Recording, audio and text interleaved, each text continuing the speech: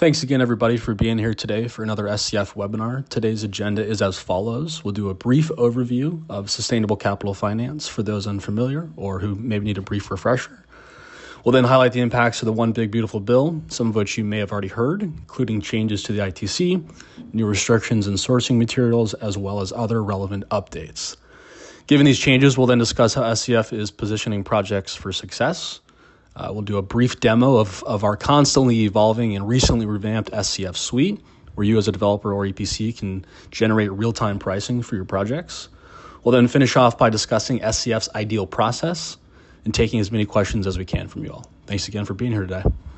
So for those who are unfamiliar, Sustainable Capital Finance, or SCF, is a third-party financier operating primarily in the commercial and industrial space and providing energy as a service. SCF operates very similarly to a developer, as we work directly with solar integrators, property owners/businesses, schools, municipalities, and nonprofits to bring projects from concept to completion. We can step in at any time in the development cycle and have strong financial backing to ensure the projects are executed at a high level. And this is shown by the fact that we have over $500 million in counting in contracted distributed generation. Now on to the One Big Beautiful Bill and its impacts on distributed energy. First, the most sizable impact, solar ITC is set to be phased out by the end of 2027.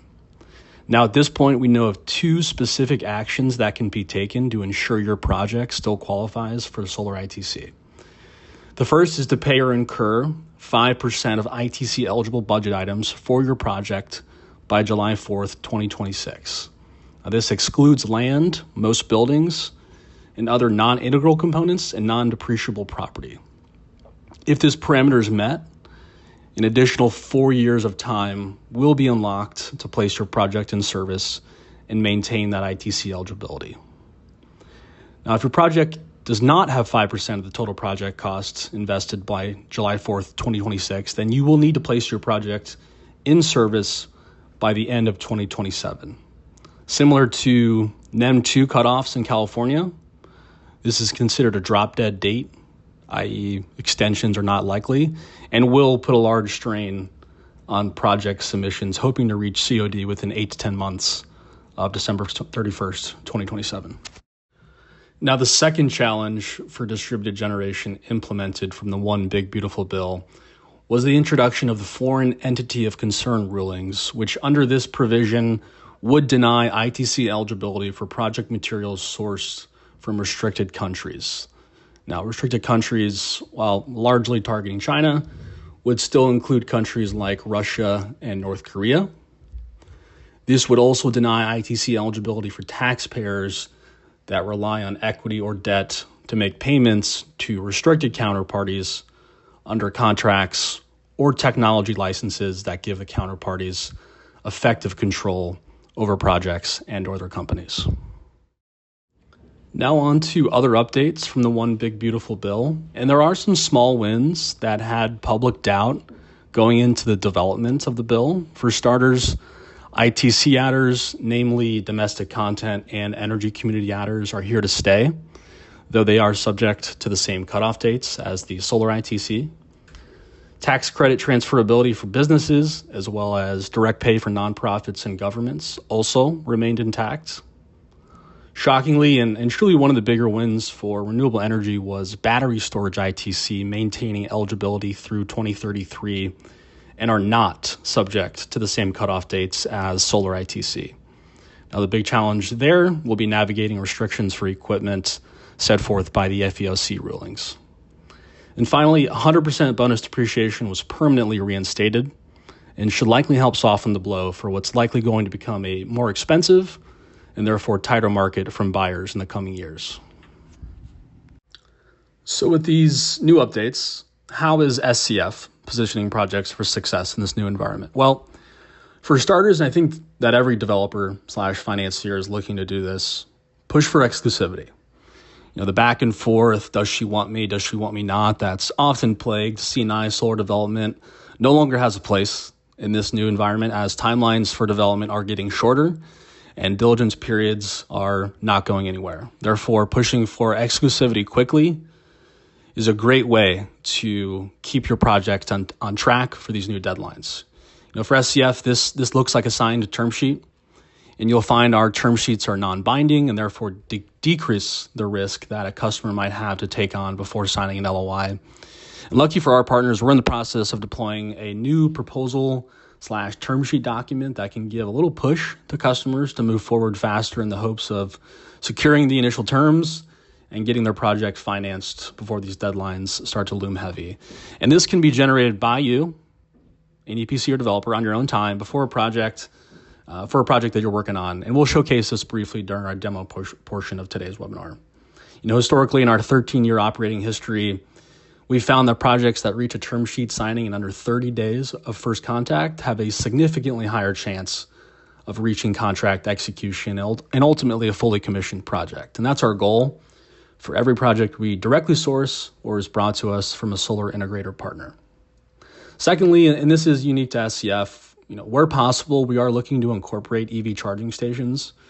Now, doing so allows the customer to participate in revenue share upside that is indirect of energy costs or energy savings and protects them against some of these rising costs associated with the One Big Beautiful Bill and will show up in higher PPA rates over the next few years across the country.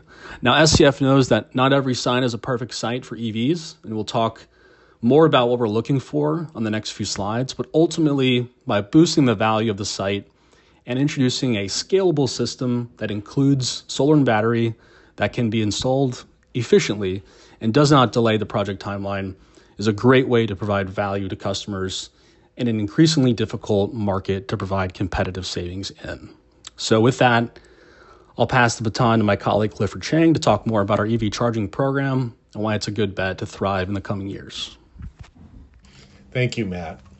This next slide illustrates the increase in EV adoption and the tremendous need for charging infrastructure.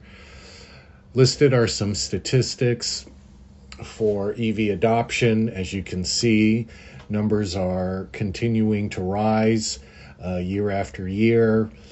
Consumers are more interested in electric vehicles, not only from a potential environmental or green perspective, but also cheaper to own and operate than gas-fired cars. The number worldwide has increased. The number of cars in relation to gas-fired is increasing.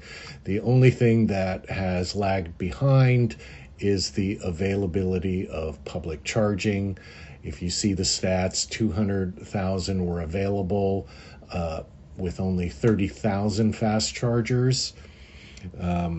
Current market demand is for these types of fast chargers where 600 miles of charging range is available in 1 hour, typically in the chargers in which we install.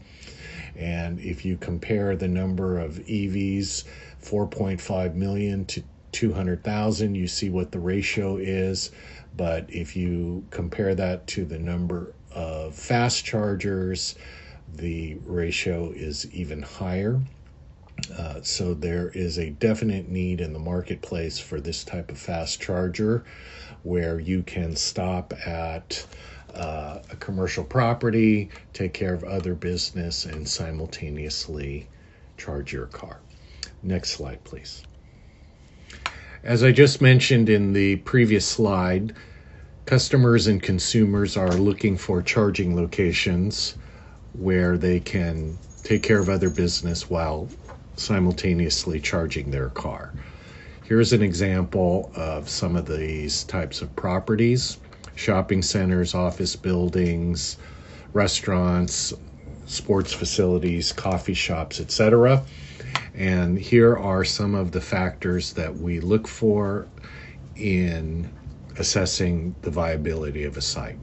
So you'll see high local EV traffic, proximity to highways, traffic based on underlying patrons, ample parking, and easy accessibility to the chargers. Now turning our attention to slide number 10, you'll see what a typical system design would look like. Here's a sample project site where we combine solar PV, energy storage, and 8 DC fast chargers. In this example, you see 500 kilowatts of solar, 660 kilowatt hours of battery storage, coupled with 8 DC fast chargers, 200 kilowatts in capacity. To the right, you will see indicative pricing for these 3 components: the solar cost installed, energy storage and EV charging costs installed, and the close to $3 million investment that we are making in your property that you do not have to come up with from a CapEx standpoint. This slide shows some of our revenue and PPA saving projections over the term of our agreement. You could see from the previous example, we had 500 kilowatts of solar and storage, 660 kilowatt hours of storage. This combined shows estimated charging revenue in year 1 of $61,000. Please note that a more indicative figure is probably in year 3, where the revenue levelizes. This is based on 2 hours of utilization per day. If your utilization was higher, then these numbers are proportionately higher as well. PPA savings is shown also on this table for each individual year and over the term. So if we just want to go to year 3 and take a look at the levelized benefit, you'll see close to $110,000 in NOI, both from an operational savings standpoint and a new revenue stream coming in.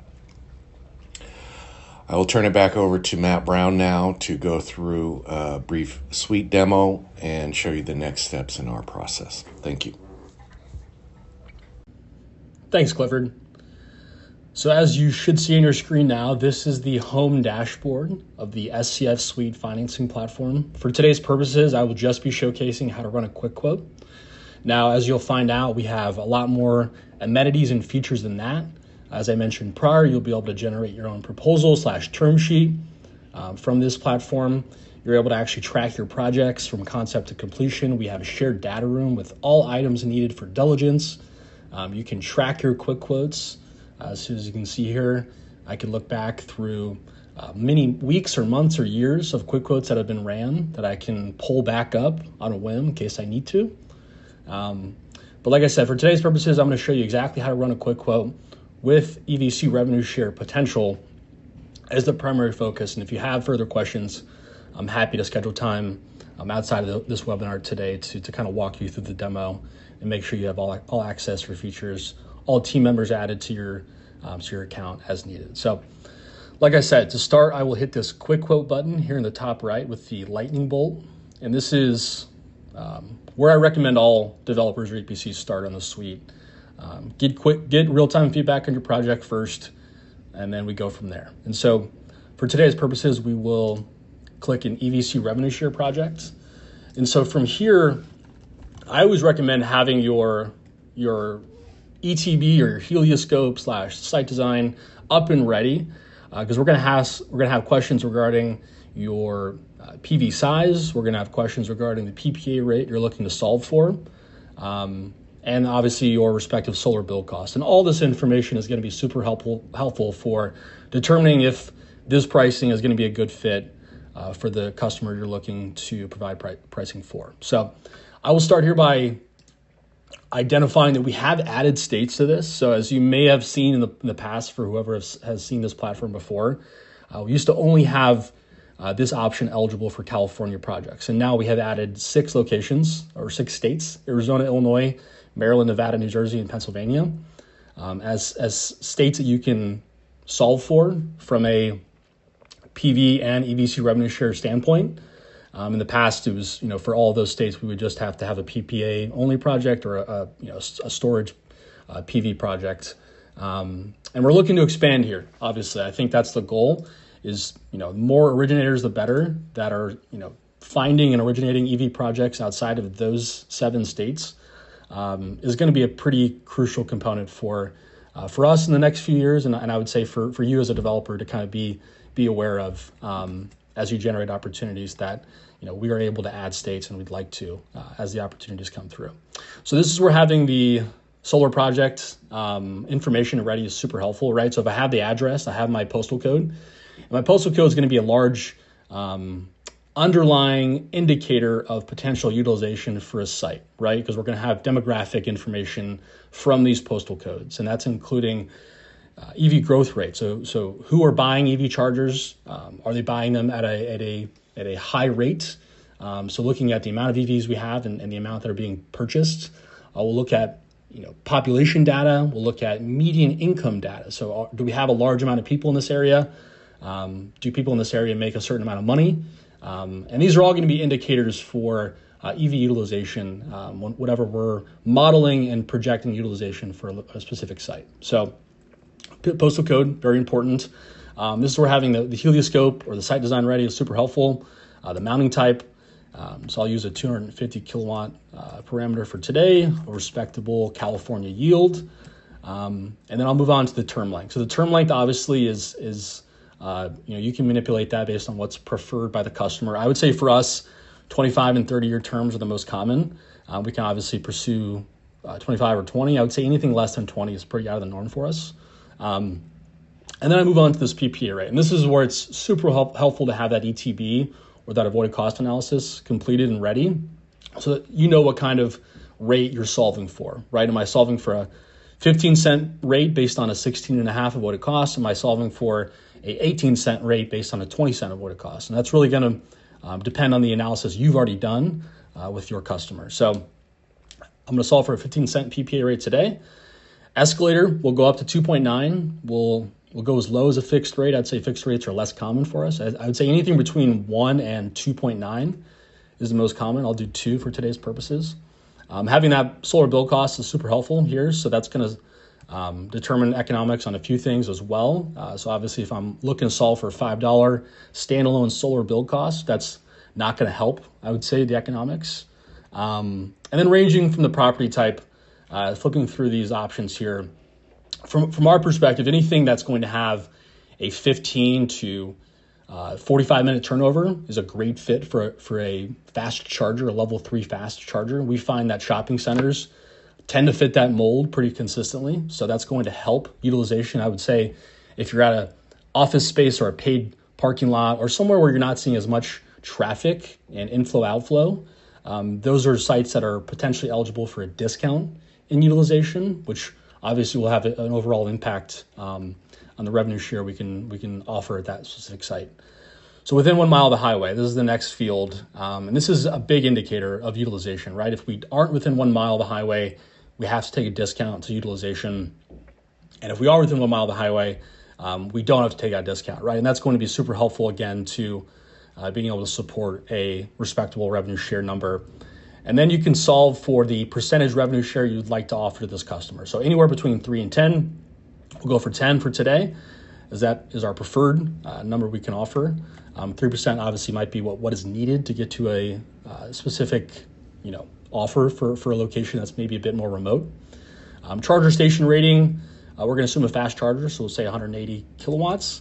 If you have the specific charger hardware, we have a list there for you. I'll use Joule for today's purposes. This is an SCE project, as we're in an LA zip code. And then we'd like to know just how much we're offsetting with the PV, right? Is it 95%? Is it 90%? Whatever that number is, it's just helpful for us getting a better idea of the lay of the land of the project. And then I can hit calculate, and you'll see here at this specific $30 bill cost in this location at this site, we can't reach 15 cents exactly, but we can get close to it with 16.5. And the number of chargers, year one revenue share, and estimated total revenue share are all here at the bottom of the screen here to kind of provide a general indicative feedback on your location. I would say this is a very bullish location. This is a site you'd like to follow up with an SCF analyst on and further the discussion. And like I said, I'm happy to hop on with any of you all after today's webinar and schedule some time to kind of just explore the other features and amenities of the SCF suite. But Getting real-time feedback and understanding if your site is eligible is going to be a great and quick indicator of whether or not you should further discussion with the customer with SCF's program or not. Now moving over to SCF's simplified process, our goal with any project truly is 30 days. Now whether that's 30 days to term sheet signing or 30 days to contract execution depends entirely on the specific size and scope of that project. But either option usually starts with getting our EPCs and developers familiar with the SCF suite and learning how to price your own projects. The less time you waste waiting for financiers to give you feedback on a project is the time you get back. And I generally encourage all of our EPCs and developers to either schedule a demo with me or watch one of our tutorial videos like we showed before to make sure it's a tool in the vast tool belt so many EPCs and developers wear. Now, the next step is to secure all customer info, including most importantly a site design and avoided cost analysis. Usually this comes in the form of an ETB. If you don't have an Energy Tool-based subscription, no worries. Feel free to send us the last 12 months of interval data or bills, and we'll run that for you. And then lastly, it's great to get financials as early as possible. So if the last 3 years of audited financials can be shared, that would be a great place to start for us to price that project and ultimately put together a proposal term sheet for your customer to review. Now we're working with all different types of entities that some term sheet review periods take longer than others. And that's why we're cognizant that each project timeline is malleable to its needs and goals should be reflective of that. However, as soon as that term sheet is signed, our operations team kicks into full gear to diligence the project as efficiently as they can, as contract agreements are prepped and eventually shared with the prospective off-taker.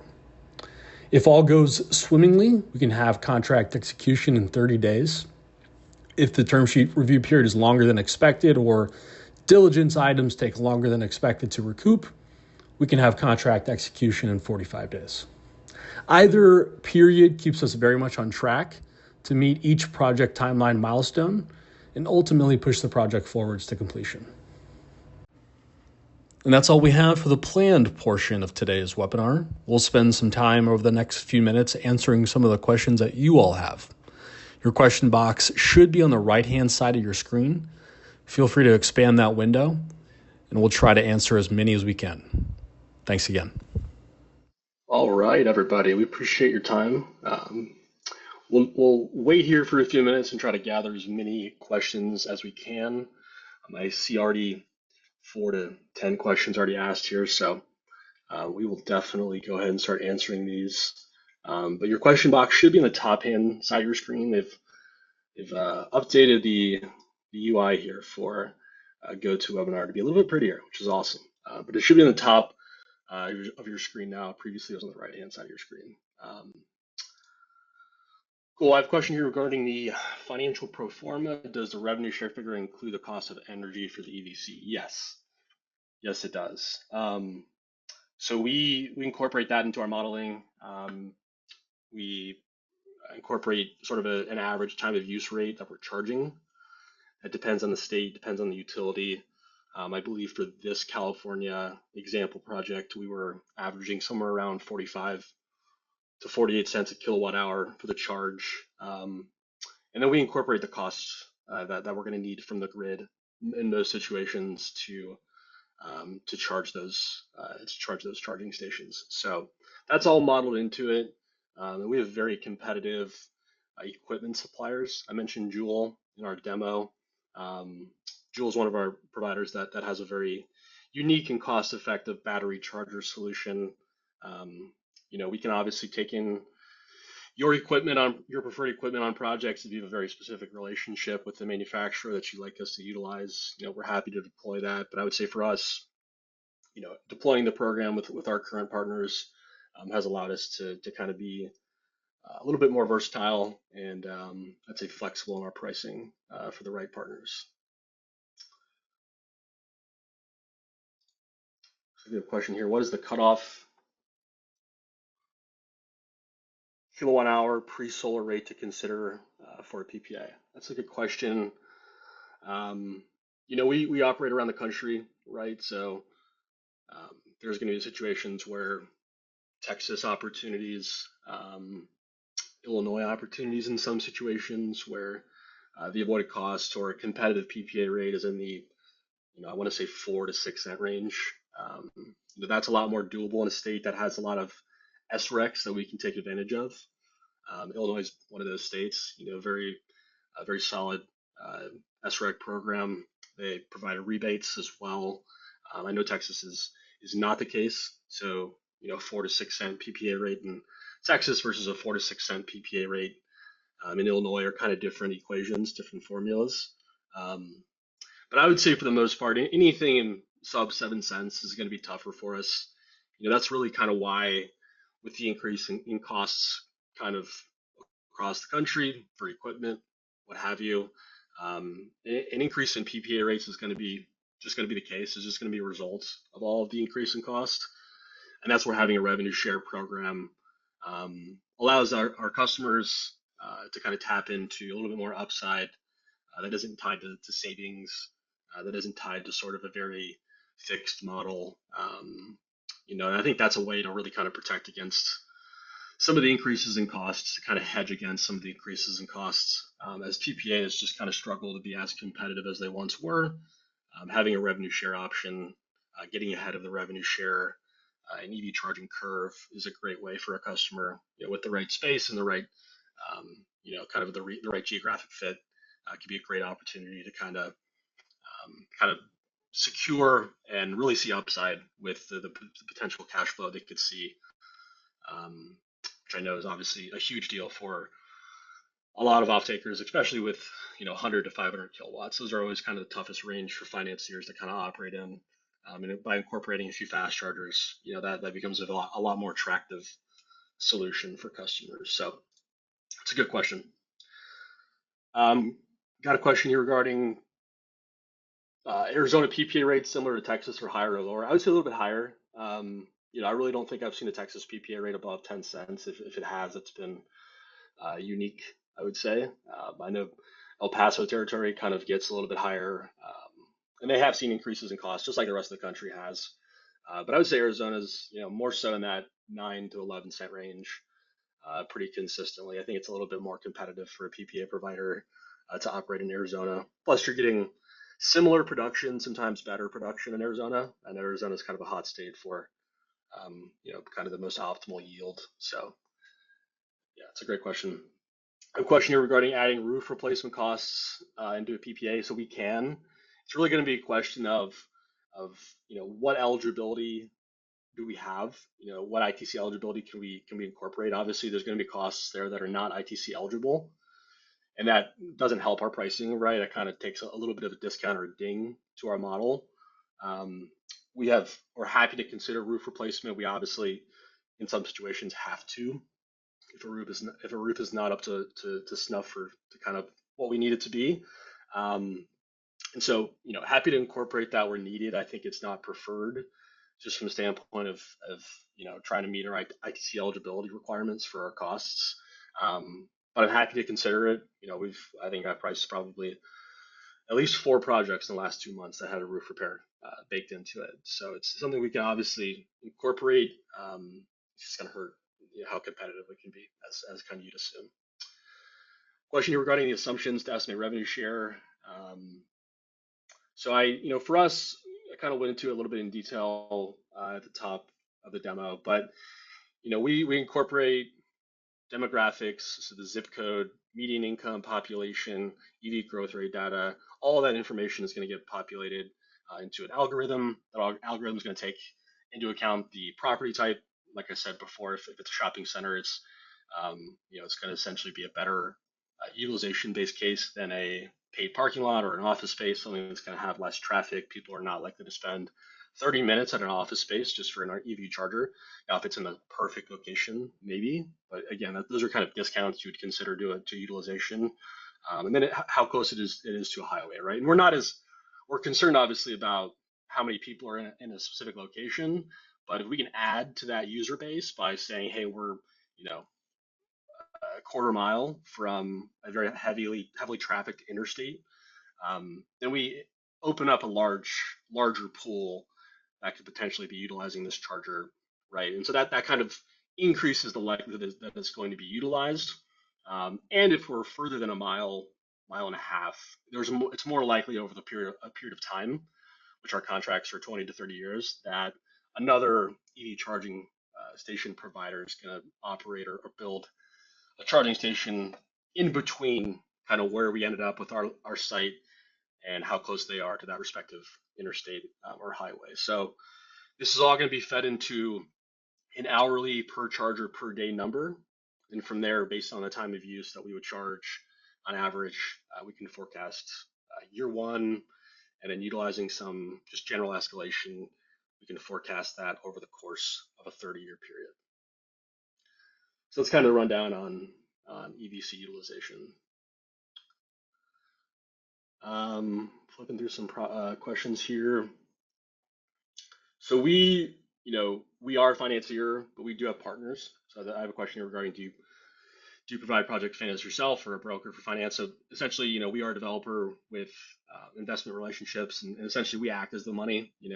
Generally speaking, you're never going to operate or interact with our partners. We're going to be the front-facing partner you're going to see, and that's why I say we act similarly as a developer, but we probably act a little bit differently than a developer in some ways, and that's mainly the financier relationships that we have and the kind of transactorial kind of process that we have with our partners. We don't do debt financing. Generally speaking, our first payment is going to be at NTP for most of our partners, and so that's kind of where we start to begin to finance, and then obviously usually take out at the end of that project term, or life, I should say. Once we get that project commissioned in full. Questions regarding providing a copy of the presentation? Yes, absolutely. We'll get this out to you guys probably in the next few hours, so you can get a copy to look over, and obviously we'd love to connect with you guys if you have any specific questions that we didn't get answered today, or if you provide specific services that you think could be helpful to work with us on. I think that's a great segue for another conversation. Let me see here. Question on does the direct payment stay intact along with the new ITC guidelines or as originally created? It is my understanding that those would remain essentially, and there's no formal safe harbor rule for the direct payment. Essentially, it's mostly preserved as is for non-taxable entities. I don't believe there's any expansion of direct pay to taxable private entities. So yes, I do think that that's going to stay intact. Question here on how I set up a meeting. You can reach out you can respond to the email that should be sent to you all with the copy of the presentation. So feel free to hit reply on that email, and that should be a great place to start. If not, we can also share some general contact information. I think I can work with our marketing manager to kind of make sure that that's broadcasted and displayed to you all.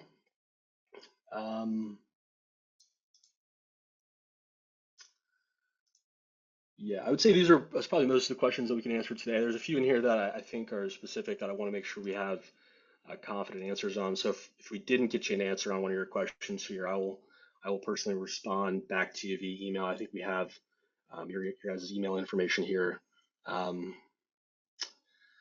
we can take it from there. And I think that's I think that's going to be it for today's webinar. Like I said, there's a few questions here I didn't get to.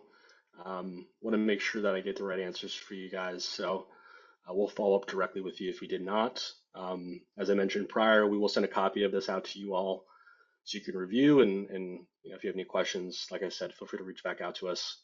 We should have a mass email going out to attendees apart from the copy of the webinar, just kind of checking in and seeing if there's any projects that might be a good fit based on what we discussed here today. And if you'd like to get acquainted with the SCF suite as well, it's a great place to start. Like I said, if you can price your own projects, I imagine a lot of you guys have waited on feedback on projects. and being able to get instant feedback yourself is going to be something um, that's just super valuable for your time. So cool. That's all we got for you guys today. I appreciate the time. Thank you all for attending, and we will be in touch.